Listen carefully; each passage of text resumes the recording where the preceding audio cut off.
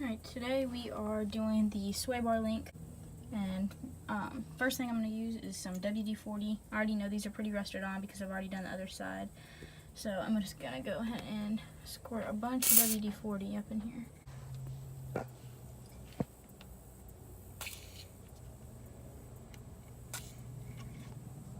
A 13mm socket and a ratchet.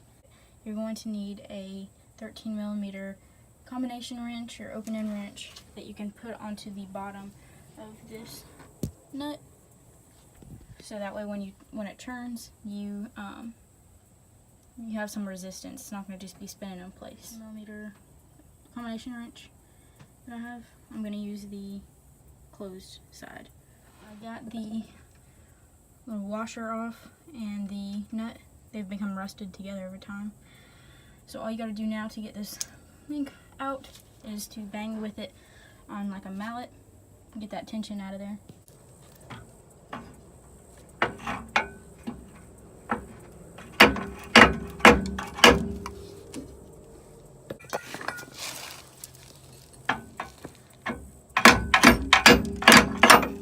So banged on it.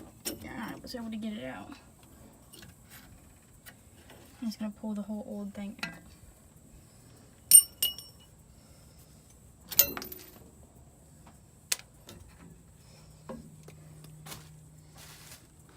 So here are some of the old bushings. You can see they're getting cracked.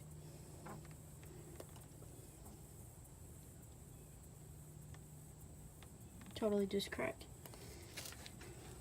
And very dry, brittle. Just clean that out a little bit. Just clean that out a little bit. Get that dirt out of there. Smooth file. You would also be a good idea to just clean this area up here. Any rust, get all that out. Make sure the surface is smooth.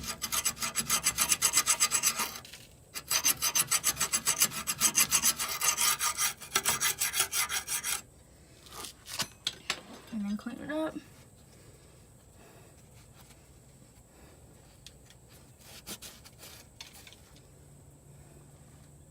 Like I said, this is a Moog part, made in USA. I have that riveted part into the control arm and the flap end facing up. This is the control arm here.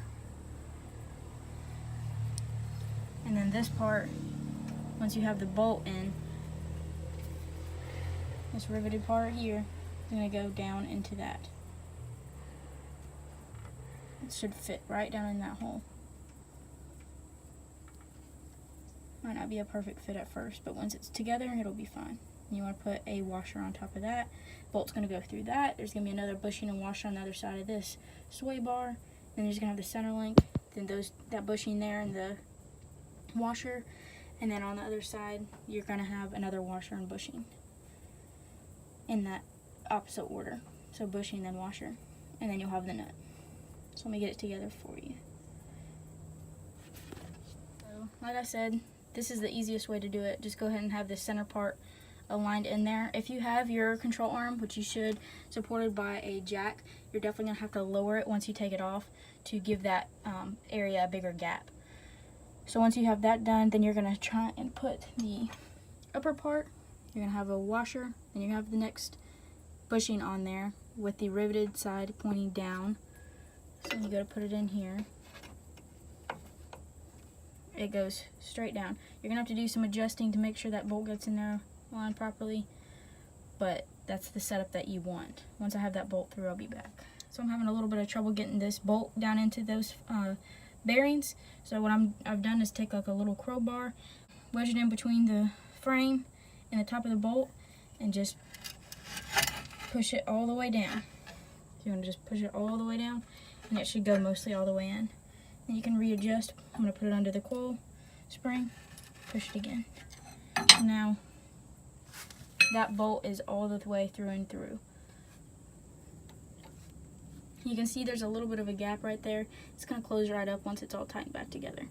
So next step that you want is, as you can see, the bolt is through on this side. You're going to put your final